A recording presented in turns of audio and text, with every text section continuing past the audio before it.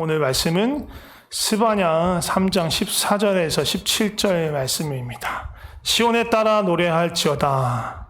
이스라엘아 기쁘게 부를지어다. 예루살렘 따라 전심으로 기뻐하며 즐거워할지어다. 여호와가 내 형벌을 제거하였고 내 원수를 쫓아냈으며 이스라엘의 왕 여호와가 내 가운데 계시니 내가 다시는 화를 당할까 두려워하지 아니할 것이라. 그날에 사람이 예루살렘에 이르기를 두려워하지 말라. 시온아 내 손을 늘어뜨리지 말라. 너희 하나님 여호와가 너희 가운데 계시니 그는 구원을 베푸실 전능자이시라. 그가 너로 말미암아 기쁨을 이기지 못하시며 너를 잠잠히 사랑하시며 너로 말미암아 즐거이 부르며 기뻐하시리라. 아멘.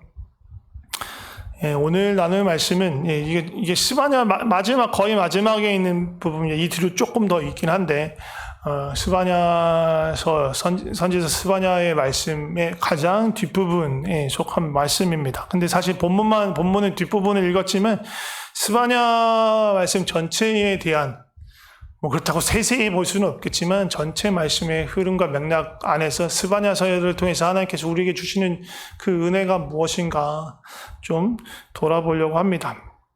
스바냐서 하면 사실은 내용들 잘 모르십니다. 아마 그럴 거예요. 스바냐서가 도대체 무슨 내용이 잘 몰라요.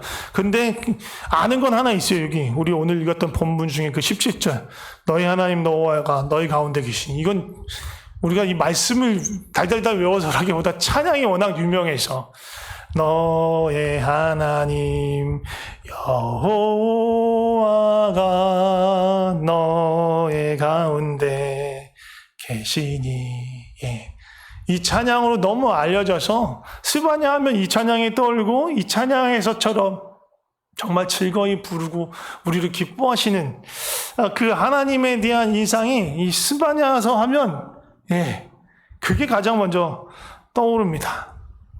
그래서 스바냐서는 딱 이 스바냐 3장 17절만 생각하면 뭔가 우리를 향하신 하나님의 사랑과 감격, 막 기쁨의 말씀, 막 그런 말씀 같아요. 근데 사실 그렇지 않아요. 스바냐서의 거의 뭐 한 90% 이상이 그 반대입니다. 잠깐 보면 스바냐 1장 2절에서 6절의 말씀을 잠깐 보도록 하겠습니다. 빠르게 따라 읽지 않으셔도 돼요. 여호와께서 이르시되 내가 땅 위에서 모든 것을 진멸하리라. 내가 사람과 짐승을 진멸하고 공중의 새와 바다의 고기와 거치는 것 하는 것과 악인들을 아우러 진멸할 것이라. 내가 사람을 땅에서 멸절하리라. 나 여호와의 말이니라. 내가 유다와 예루살렘의 모든 주민들 위에 손을 펴서 남아있는 바알을 그곳에 멸절하며 그릇마림이란 이름과 그 제사장들을 아울러 멸절하며 또 지붕에서 하늘의 무별에게 경배하는 자들과 경배하며 여호와께 맹세하면서 말감을 가리켜 맹세하는 자들과 여호와를 배반하고 따르지 아니하는 자들과 여호와를 찾지도 아니하며 구하지도 아니하는 자들을 멸절하리라. 5절밖에 안 되는 이 짧은 구절에 이 스바냐의 시작하는 다섯 절이죠. 1절은 스바냐는 누군지, 그때가 언젠지를 설명하는 거고요. 그 예언의 말씀의 시작은 2절부터인데 2절부터 첫 시작하는 5절에 진멸과 멸절이라는 말로 가득 차 있습니다. 이게 사실 스바냐서의 분위기예요. 너의 하나님 여호와가 그 분위기가 스바냐서의 분위기가 아니고 이 멸절, 진멸, 하나님의 진노,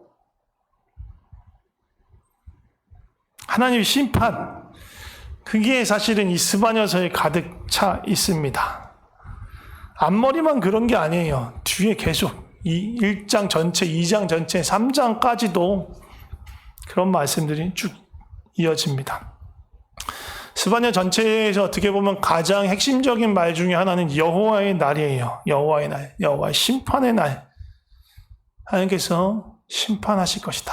패역한 이 유다 백성들을 향해서 심판하실 것이다. 그리고 그 유다 백성을 주변에 있는 이방 국가들을 또 심판하실 것이다 하는 그런 메시지예요. 우리는 늘 그 스바냐 3장 17절을 생각하면서 늘 위로와 격려와 힘을 얻었는데, 용기를 얻었는데 사실 이 스바냐는 그렇지 않다라는 거예요. 어떻게 보면 두려움으로 가득 차 있는 그런 심판과 징계의 메시지로 가득 차 있는 그런 말씀이에요. 근데 이 선지자 스바냐는 누구냐, 그리고 그 스바냐가 활동했던 때는 언제이냐, 그 배경을 알아야 스바냐에 대한 이해를 할 수 있어요. 그래서 스바냐 1장 1절을 보겠습니다. 1장 1절, 보통 선지서, 대부분의 선지서의 1장 1절 혹은 2절까지는 뭐가 있냐면 그 선지자가 누구이며 그 선지자가 언제 사람이며 그리고 누구를 향해서 하나님의 메시지를, 하나님의 계시를, 하나님의 징조를 보였는지를 설명하는 게 대부분이에요. 그래서 1장 1절에 보면 아몬의 아들 유다 왕 요시아의 시대에, 이거는 이 스바냐가 아니고 요시아에 대해 설명한 거예요. 아몬의 아들 유다 왕 요시아의 시대, 이게 스바냐가 활동했던 시대인 거죠. 스바냐에게 임한 여호와의 말씀인데, 스바냐가 누구냐면 히스기야의 현손이요 아마리아의 증손이요 그달의 손자요 구시의 아들이었다 라고 얘기하는 거예요. 그러니까 스바냐가 누구인지, 그리고 스바냐가 활동했던 그 시대가 누구인지 이야기하는 겁니다. 활동했던 시기에 대해서 언제라고 말하면 요시아 왕, 유다 왕 요시아 때, 요시아 시대에 하나님의 말씀이 스바냐를 통해서 전해진 거예요. 그럼 요시아 왕이 도대체 누구냐? 말씀드린 것처럼 유다 왕이에요. 북이스라엘과 남유다가 있는데 유다의 왕이에요. 지금 사실 이 요시아 때는요, 이미 북이스라엘은 멸망했어요. 아수르에 의해서 이미 멸망한 상태예요. 그러니까 사실 이 유다 땅도 대단히 위험한 풍전등화와 같은 그런 시대를 걸어가고 있는 거예요. 그러니까 남유다, 북이스라엘로 갈라진 이유, 처음에 세 명의 왕, 사울, 다윗, 솔로몬, 이 통일왕국 시대 말고 분열되어서 남유다와 북이스라엘로 나눠졌을 때 남유다에 몇 명의 왕이 있었냐면 20명의 왕이 있었습니다. 그리고 그 거의 마지막에서 5번째 왕이 이 요시아예요. 이 요시아 왕의 증조할아버지가 히스기야예요. 히스기야 때 이미 아수르의 침략을 한번 받았었죠. 그리고 나서 히스기야의 아들 므낫세의 아들 아몬, 그리고 아몬의 아들이 요시아입니다. 히스기야 왕 때 그 아수르의 침략에도 불구하고 그 유다의 왕이 히스기야는요, 하나님을 향한 신뢰를 저버리지 않았어요. 그 믿음을 가지고 하나님 앞에 통곡하고 기도하고 또 백성들과 함께 금식하며 기도하면서 또 그때 선지자 이사야를 통해서 하나님 주신 말씀과 함께 그 아수르를 물리쳤어요. 또 하나님께서 그를 물러가게 하셨어요. 그게 히스기야 때 있었던 거예요. 그런데 히스기야 아들 므낫세, 그의 아들 아몬 때는요, 완전히 달라집니다. 완전히 악한 길로 들어서요. 그러다가 이 요시아 때 다시 반전이 일어나는 거예요. 특별히 그 요시아 통치 18년 때에 18해 되던 해에 요시아가 성전의 수리를 명했어요. 성전을 수리하다가 뭘 발견하냐면 율법책을 발견해요. 그동안 사라졌던 율법책을 발견하는 거예요. 근데 그 율법책을 보니까 하나님 앞에서 지켜야 하는 것들이 많은데 지금 유다가 그것들을 다 어기고 하나님 마음에서 다 번나가 있는 채로 있는 거였어요. 게다가 그 말씀을 가지고 여선지자 훌다라는 사람에게 보냈었는데 그 훌다를 통해서 하는 말씀이 이렇게 하나님의 뜻에서 하나님의 율법에서 벗어났기 때문에 이제 유다가 멸망할 것이다. 유다의 심판이 있을 것이다. 라는 그런 메시지를 듣게 되는 거예요. 그 메시지 앞에서 요시아 왕이 울며 통곡하며 회개하기 시작해요. 그리고 그 이전부터 요시아는 하나님을 쫓긴 했지만 더 전면적인 신앙의 개혁, 종교의 개혁, 그리고 이스라엘 남유다 전체의 개혁을 하기 시작해요. 그래서 요시아 당대에는 하나님의 심판이 임하지 않게 되어요. 그러니까 어떻게 보면 이 요시아 시대 이르기까지 히스기야 왕 때 그렇게 하나님 앞에 하나님을 신뢰하고 모든 백성과 히스기야 왕이 한 마음으로 하나님을 향했던 그 마음에서 그 아들 므낫세와 아몬에 이어지면서 완전히 망가져 버린 거예요. 요시야 시대에 그래서 신앙의 모습이 어떠했냐면, 아까 읽었었는데, 잠깐 읽었었는데, 다시 한번 1장 4절 6절을 볼까요? 스바냐 1장 4절 6절을 보면, 요시야 시대에 어떠한 모습으로 하나님을, 그들의 신앙의 모습이 어땠는지 보여주는 거예요.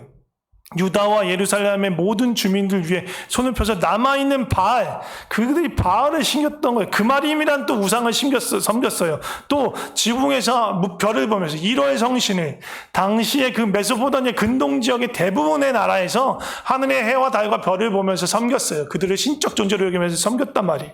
그것들이 그대로 이스라엘에 있었던 거예요.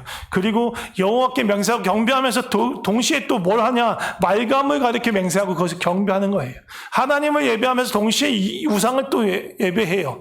또 어떤 이들은 아예 6절에 보면 여호와를 배반하고 따르지 않고 여호와를 찾지도 구하지도 않는 거예요. 하나님 완전히 무시하면서 사는 그런 사람들도 있는 거예요.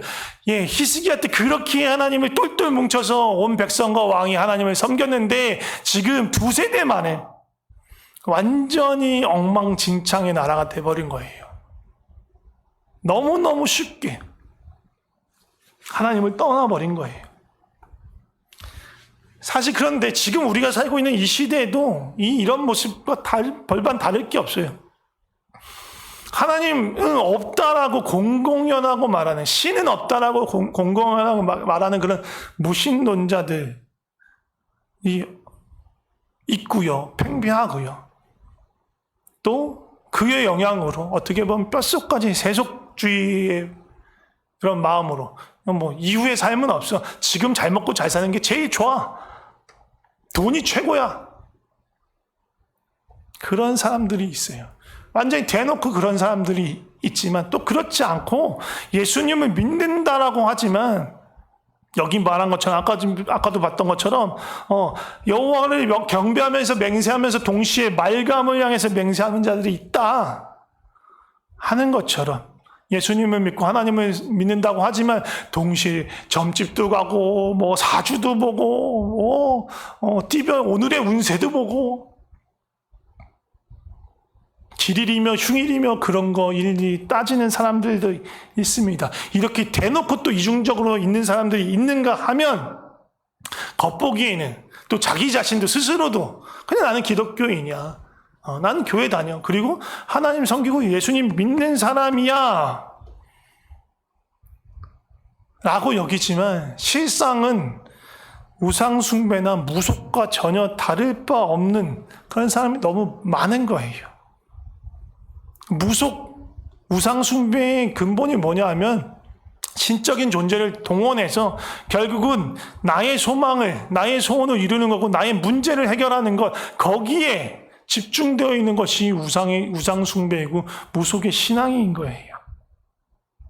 이게 완전히 잘못된다는 게 아니야. 하나님을 통해서 우리가 구원을 얻는다는 건 전인적인 구원이기 때문에 우리의 삶에 문제가 해결될 수도 있고, 우리 삶에 바라고 원하는 소원이 이루어질 수도 있어요. 근데 거기에만 머물러 있는 게 문제인 거예요. 우리 대부분의 사람들이요, 그리고 성경에도요, 많은 사람들이 예수님을 알고 믿고 예수님께 나온 데의 그 출발에는요, 문제 해결에 대한 갈망이 있었고, 또 소원 성취에 대한 어떤 갈망이 있어서 그걸 가지고 예수님 앞에 나오는 경우가 많았어요. 부지기수였죠. 그런데 정말로 진정한 신앙으로 예수님을 믿고 영접한 그 사람들은 거기에 머물지 않았다라는 거예요.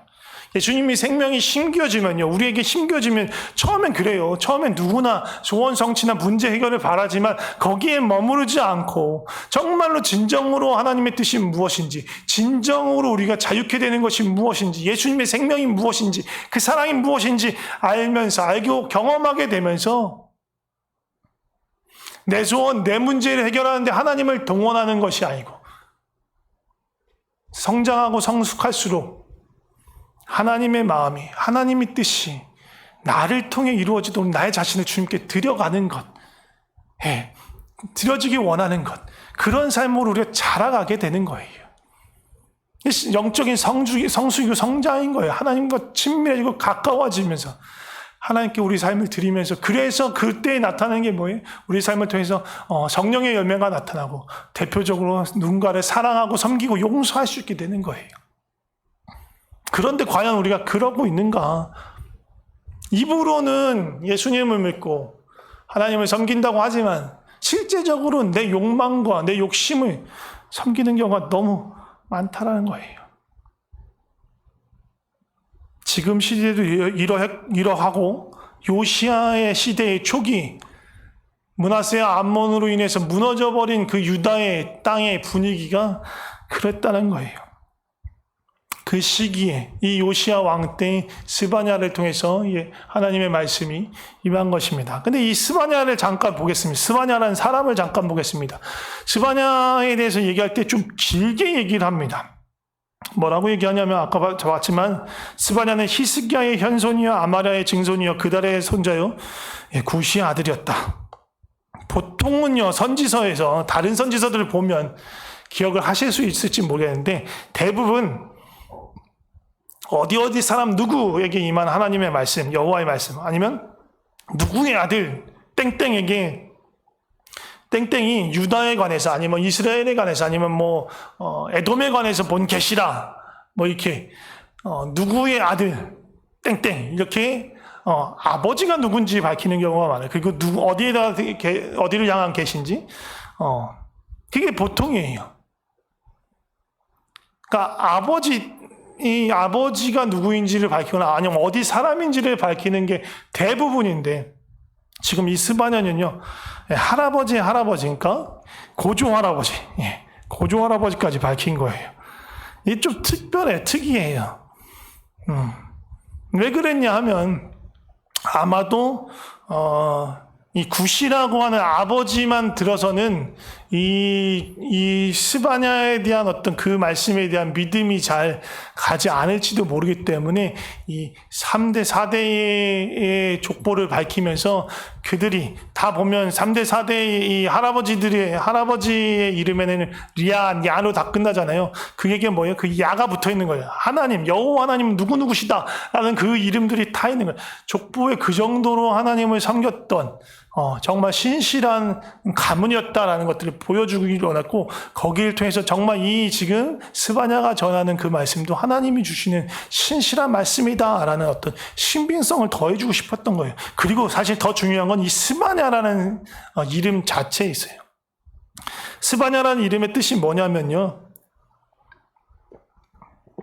여호와께서 숨기시다, 여호와께서 감추시다 그런 뜻이에요. 하나님께서 숨기시고 감추어 주신 사람이라는 뜻의 이름을 갖고 있어요.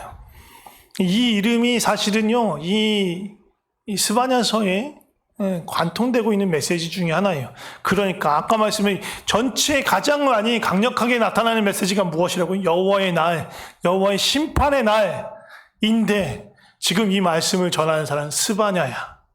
하나님께 감추임 당한 사람, 숨김 당한 사람. 무슨 말이에요? 이 심판의 날, 여호와의 날, 진노의 날, 진멸의 날, 멸절의 날이 있는데 하나님께서 그 사람들을 숨기신다라는 거예요.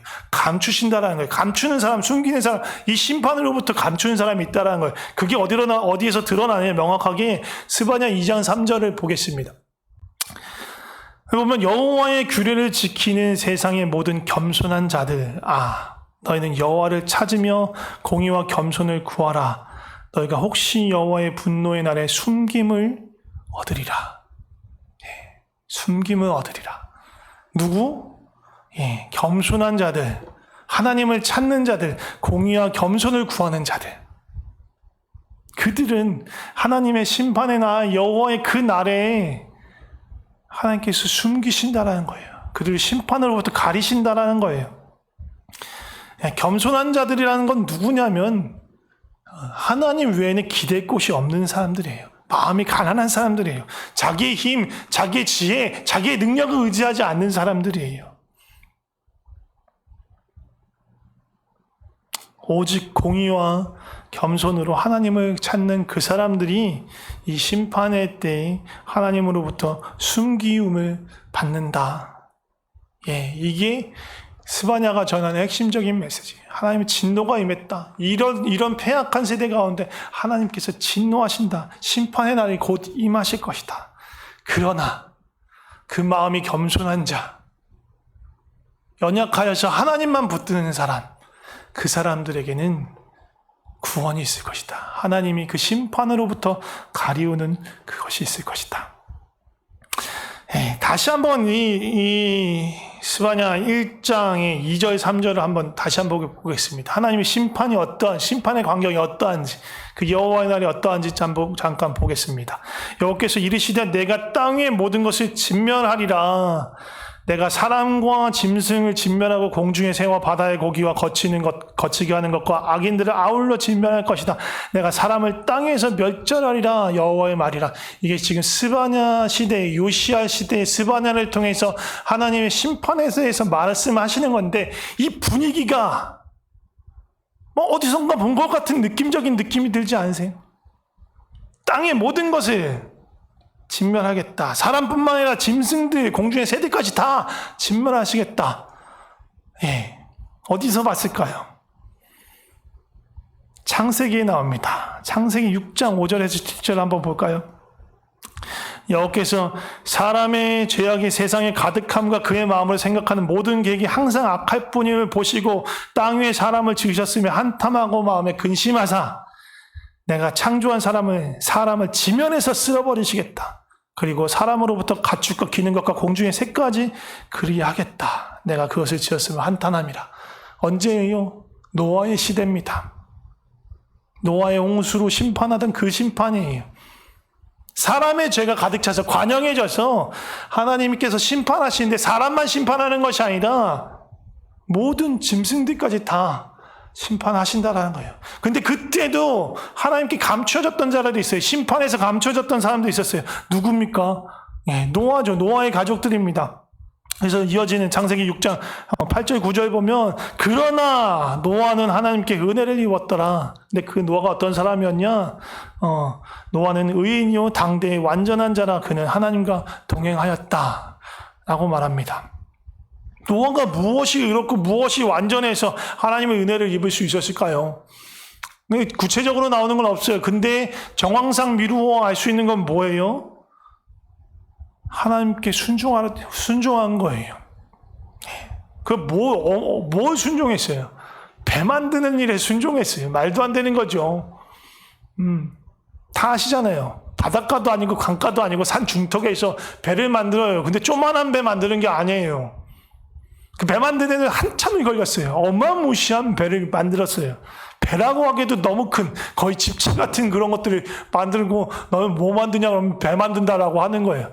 사람들이 찌찌찌 하면서 지나가죠. 사람들의 조롱과 멸시에도 불구하고 꿋꿋하게 하나님의 뜻을 따라서 순종할 줄 아는 사람, 그게 노아였어요. 그게 하나님 보시기에 의로운 것이었고 완전한 것이었어요. 그렇다고 그게 완전한 사람, 정말 하나도 부족함이 없고 흠도 점도 없는 사람이 아니었어요. 그러나 그렇게 하나님께 순종할 수 있는 사람, 겸손하게 주님을 따르는 사람, 그 사람이 하나님으로부터 순기움을 받습니다. 심판과 멸절로부터 순기움을 받습니다. 겸손히 하나님을 찾는 자, 하나님의 뜻에 따라 순종하는 자, 그가 순기움을 받는 거예요. 스바냐 3장에 보면요. 3장에 들어서도 마찬가지예요. 오늘 14절부터 읽었는데 그 앞절까지는요. 심판이 나오고요. 그 유다의 상황이 그려지는데요. 그전에는 어떻게 보면 영적인 타락의 모습이 이렇게 좀 부각됐다면 3장을 보면 어떻게 그 사회 전반적으로 총체적으로 악함을 드러납니다. 말씀을 읽지는 않겠지만 3장 앞부분에 보면요. 포악과 강포에 대해서 얘기를 해요. 드러내세요. 포악과 강포로 인해서 약한 사람들을 착취하고 억압하는 방백과 재판장, 사사들이 나타나는 거죠. 그 사람들을 향해서 뭐라고 표현하냐면요. 부르짖는 사자 같다. 그리고 이튿날까지 남겨두는 것이 없는 저녁 이리, 저녁 늑대, 저녁에 어슬렁거리는 늑대인데요. 다음 날까지 남겨두는 게 하나도 없어요. 다 쓸어간다는 거야. 사회의 기득권을 가진 자들이 하나님 앞에서 겸손하고 의롭고 공의와 정의를 행하는 것이 아니라 강포와 포악을 행하면서 약한 자들을 착취하고 억압하고 있는 그런 사회의 모습이었던 거예요. 그것뿐만 아니죠. 경솔하고 간사한 선지자, 또 제사장들도 성소를 더럽히고, 제사장이 성소를 더럽혀요. 율법을 범해요. 영적으로 타락한 자, 또 세상의 권력을 가지고 자기 마음대로 폭력적으로 행세하면서 억압하고 착취하는 악인들, 이 모두를 하나님께서 심판하시겠다라고 이야기하는 거예요. 그런데 누가 구원을 받느냐? 3장 12절 13절 오늘 읽었던 본문 바로 앞에 있는 말씀을 보면 내가 그 백성 가운데 남겨둘 백성이 있는데 누구냐? 곤고하고 가난한 백성. 힘이 있어서 누군가를 억압하고 포악하게 착취하는 사람이 아니라 아무 힘도 없고 아무 능력도 없어서 곤고하고 가난한 그 백성, 그래서 하나님만 붙드는 그 백성, 그 사람들을 남겨두겠다. 이 심판으로부터 건지시겠다. 그래서 다른 것 의지하고 오직 여호와의 이름을 의탁하여 보호를 구하는 사람, 그들은 보호를 받을 것이다 라고 말하는 거예요. 그리고 또 누가? 이스라엘의 남은 자는 누구냐? 악을 행하지 않는 자다. 거짓말을 말하지 않는 자다. 입에 거짓된 혀가 없고 먹고 누울지라도 그들이 그래서 먹고 누울지라도 그들을 두렵게 할 자가 없을 것이다. 하나님께서 이런 사람들을 남겨두시겠다고 하는 거예요. 그리고 이 남은 자들 향해서 이제 오늘 읽었던 본문의 말씀을 얘기하는 거예요. 본문의 말씀 오늘 제목이기도 한데 제목 뭐라고 했냐면 아까 제목을 안 보고 갔죠. 노래하라 기뻐하라 즐거워하라예요. 이렇게 참혹한 심판 여호와의 날이 기다리고 있는데 어떻게 노래하고 어떻게 기뻐하고 어떻게 즐거워할 수가 있을까요? 사실 너무 어렵잖아요. 그래서 설명을 하는 거예요. 오늘 그게 본문 말씀 보면 14절 말씀 보면 14절에 뭐로 출발하냐면 시온에 따라 노래하라. 노래하라. 이스라엘을 기쁘게 불러라. 예루살렘에 따라 전심으로 기뻐하며 즐거워하라. 이렇게 얘기를 하는 거예요. 이 남은 자들을 향해서 노래하고 기뻐하고 즐거워라고 말하는데 근데 이 심판의 날에 어떻게 그렇게 할 수 있느냐? 그 15절부터가 그 이유인 거예요. 15절의 그 이유는 뭐냐? 첫 번째 이유, 형벌을 없애셨다. 심판을 없애셨다. 그 안에 두려움이, 남은 자들 안에도 두려움이 있는 거예요. 아무리 남은 자들이 겸손하고 이렇게 했더라도 그들이 완전할 수는 없으니까. 자신도 심판을 받고 형벌을 받으면 어쩌나 하는 그런 두려움이 있을 거 아니에요. 그런데 그 온 땅을 쓸어버리는 그런 무시무시한 하나님의 진노에서 건진받았다. 이 형벌을 없애버렸다. 너희는 형벌의 대상이 아니다라고 말하는 거예요. 두 번째 뭐예요? 원수를 쫓아내셨다는 거예요. 그들을 착취하고 억압하고 또 죄로 유혹하고 하나님을 보지 못하게 흔들고 방해했던 그 원수들, 그 악한 세력들을 하나님께서 쫓아내셨다, 멸망시켰다, 멸하셨다 하는 거예요. 그러니까 원수를 인해서 두려워할 필요가 없어요. 세 번째가 중요한데 마지막은 하나님께서 그들 가운데 계시다라는 거예요. 근데 사실은요, 이 하나님도 이들에겐 두려운 대상인 거예요. 봤잖아요. 옆에서 진노하시는 하나님, 멸절하시는 하나님, 심판하시는 하나님 바로 곁에서 봤잖아요. 얼마나 무섭겠어요. 물론 이게 심판하고 겹치기도 하지만 경험해 보셨는지 모르겠는데 매나 벌을 직접 받아도 되게 힘들죠. 근데 직접 받지 않고 간접적으로 받아도 어렵습니다. 마음이 많이 힘듭니다. 저희 집이 누나 한 분하고 저하고 있는데 남매로 자랐는데 어쩌다가 둘 다 잘못해서 둘 다 혼날 때가 있잖아요. 아니 그런데 그렇지 않을 때가 있다면 저 혼자 장난쳐가지고 저 혼날 때도 있고 누나가 또 나쁜 짓을 해서 엄마 아빠한테 혼날 때가 있단 말이에요. 근데 나는 혼나지 않고 누나만 혼나는데도 그 광경을 보고 듣고 있는 내가요, 마음이 쪼그라들어요. 마음이 정말 불안해지고 또 무섭기도 하고 어떨 때는 또 막 억울하고 분하기도 하고 막 그런 복합적인 막 감정이 막 나한테 드는 거예요. 그러면서 어떻게 돼? 주눅들기도 하고 부모님을 향한 알 수 없는 이유 없는 적개심을 갖기도 하고 그런 게 제 안에 있을 수도 있는 거죠. 비록 심판에서 숨기움을 받았지만 그 하나님의 공의의 심판, 그 정의의 심판을 보고 있으면서 이들이 정말 두려웠을 거라는 거예요. 자기 자신을 봤을 때 내가 그래 떳떳하게 그래 나는 의로와 거룩해라고 말할 수 있는 사람이 얼마나 될까요? 많지 않아요. 거의 없죠. 진리에 따르면 아무도 없어요. 거룩한 자, 의로운 자는 세상에 아무도 없어요. 그러니까 얼마나 두렵겠습니까? 무섭겠습니까? 그렇게 무서워하고 벌벌 떠는 자들에게 하나님께서 하시는 메시지의 말씀이 바로 3장 17절의 그 노래인 거예요. 우리를 토닥이면서 안아주시면서 노래를 불러주신 거예요. 처음 하는 말씀이 하나님이 너의 가운데 계시다라는 거죠. 너의 하나님 여호와가 너의 가운데 계시니. 근데 사실은요, 이 계신다라는 거로는 만족하기 어려워요. 왜냐하면 하나님께서 늘 계셨거든요. 스바냐 3장 5절을 볼까요? 3장 5절. 그 가운데 계시는 여호와는 의로우사 불의를 행하지 아니하시고 아침마다 빠짐없이 자기 공의를 비추시거늘 불의한 자는 수치를 알지 못하도다. 이 그 가운데 계시는 여호와, 이 그 가운데 계시는 여호와라고 말하는 이 그 가운데는요, 아까 말했던 그 저녁일이 이같이 남김없이 포악과 악행을 행하는 자들이 있는 바로 그 가운데예요. 폐역과 부정과 포악이 가득한 그곳에 하나님 계시다라는 거예요. 그 가운데서 의로움이 무엇인지, 공의가 무엇인지 아침마다 빠짐없이 보여주세요. 그러나 불의한 자들이 깨닫지 못합니다. 하나님은 여전히 계셨던 거예요.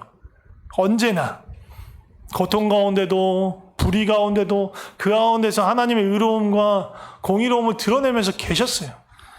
단지 불의할 때 그 하나님을 깨닫지 못하는 거예요. 근데 그 하나님이 지금 스바냐 3장 17절에 그 백성들 남은 자들 숨겨두신 자들을 토닥이면서 안으시면서 다시 하는 말씀이 너희 가운데 내가 있다 라고 말씀하시는 거예요. 그런데 그 하나님이 이제 심판의 하나님으로 있는 게 아닙니다. 뭐라고 얘기해요? 그 다음 구절이 너희 가운데 계시니 그는 구원을 베푸실 전능자시다. 전능자라는 말은요, 강하고 능하신 분이에요. 전쟁에 강하신 분이에요. 모든 능력을 갖고 계셔서 모든 것들을 쓸어버리시고 멸절하실 수 있는 그 하나님이신데, 그 하나님이 너를 심판하는 게 아니라 너에게 구원을 베푸실 거야. 오히려 너를 괴롭히고 포악과 악정을 해갔던 그 원수들을 강력하게 멸하시고 너를 구원해 내실 거야. 그 하나님이 너희 가운데 계셔.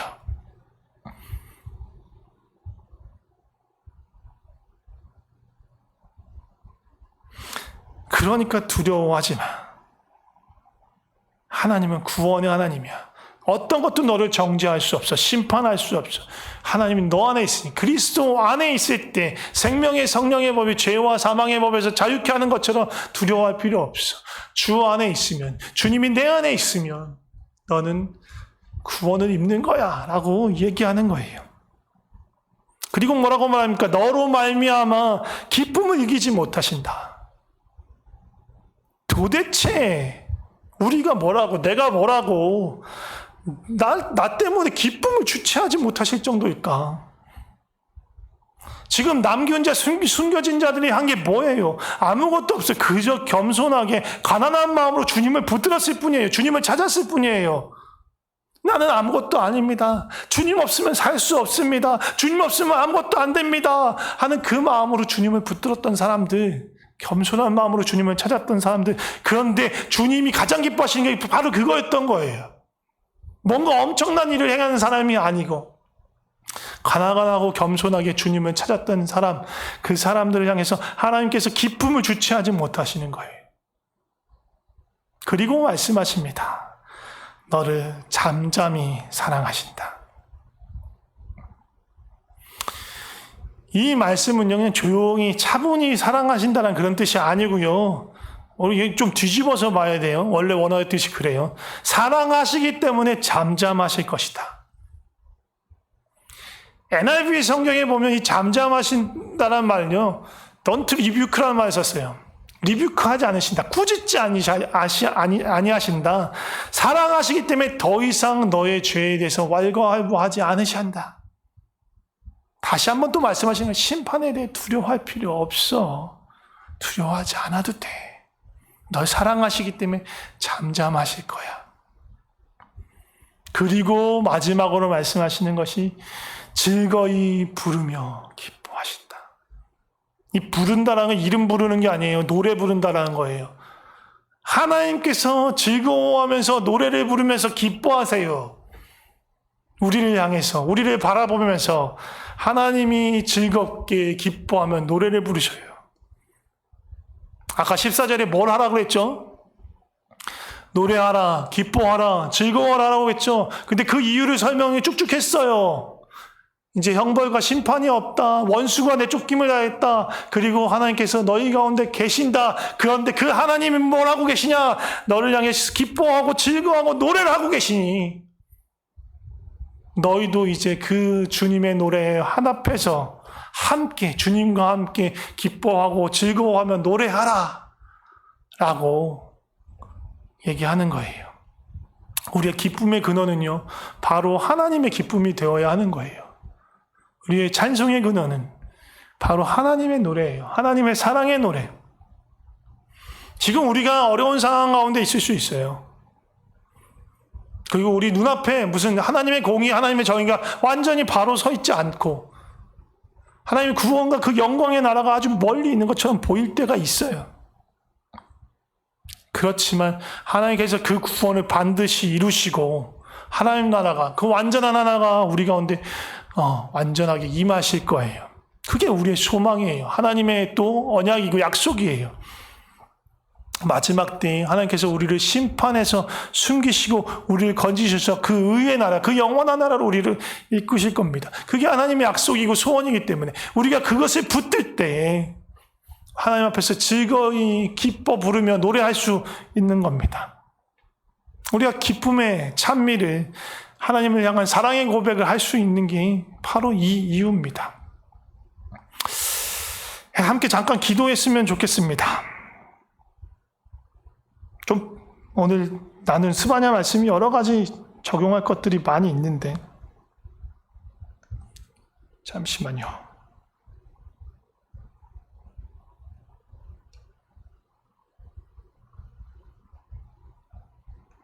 예, 반주 없이 기도하겠습니다. 여러 가지가 있는데 그 중에서 우리 좀 마음을 들이면서 먼저는 이 이스라엘 백성들처럼 이 므낫세 아몬을 통과하면서 망가졌던 이스라엘 이 유다 백성들처럼 우리의 마음에 두 주인을 품고 있지 않았나?